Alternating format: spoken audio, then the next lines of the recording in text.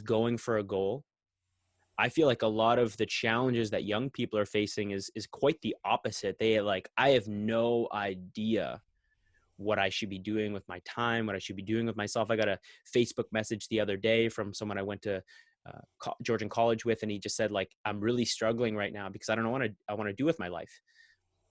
And I always start with, what do you want to do right now?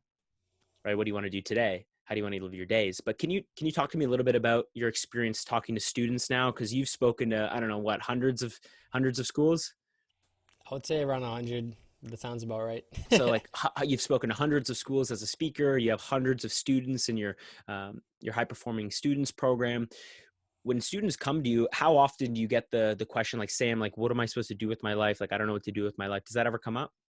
It does. And I think the main piece of advice that I give, and I'm no book of answers or encyclopedia or have all the right things to say, but I always suggest there is no right thing to do with your life. A lot of kids think there's a right thing and a wrong thing to do. You weren't born with an innate purpose, you create purpose. You decide what's going to be purposeful for you to do, and you do that thing. No one can give you purpose. You have to create it yourself. And when you complete a task to the fullest extent that you got purpose from it and it no longer brings you that purpose or brings other people purpose, you put that task to rest and you start something new.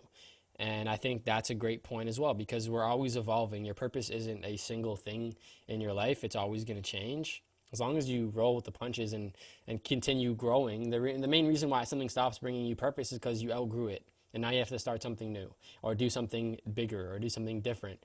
And that's the first thing I'll say. The second thing I'll say is, how can you know what you like if you haven't done anything? And it's not my advice, it's Gary Vee's. He said, imagine life was a buffet. The only way you figure out the food you like is by grabbing one big ass plate and putting a little scoop of every single thing in the buffet. And you have to taste it all. And you realize some taste like crap, some taste amazing. Whatever tastes good, you go back and get more. It's the same thing with figuring out the work that you want to do or where you want to go. So, I see that in dating too. Like a lot of people don't give themselves an opportunity to meet people. They maybe meet one person or two people and they try to judge whether or not they're prepared to be in a relationship based off those two people. It's like, how do you know who you like? How do you mm, know what kind of personality you really are compatible with unless you try to meet multiple people and see what it's like? I don't want to go into that right now, but that is something that's on my mind all the time. I want to cool. come back to a quote that I love, which is, the degree to which you are committed is the degree to which you are not addicted. Mm, And the opposite is true. The mentor that taught me this, he said it's called the tragic cosmic joke, which is the degree to which you are addicted is the degree to which you are not committed.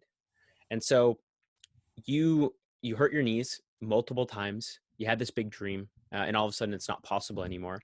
That space, that kind of void that's created, is where addiction can really grab onto someone.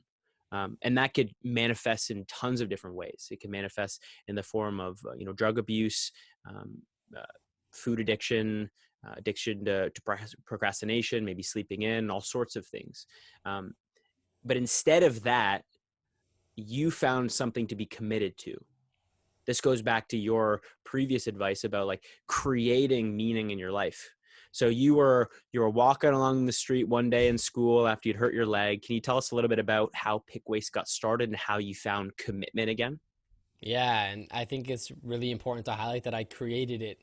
And, find it sounds like a kid has to go on some exterior journey and open a treasure chest. And I want to just make it clear that you won't find it. There's no lightning strike like the Bible when Paul and Saul are walking down Damascus and lightning strikes in front of him and all of a sudden he has a revelation. No, you have to create it yourself. My teacher taught me this lesson that a small action can make a massive change. And I started asking myself, okay, what small action can I take?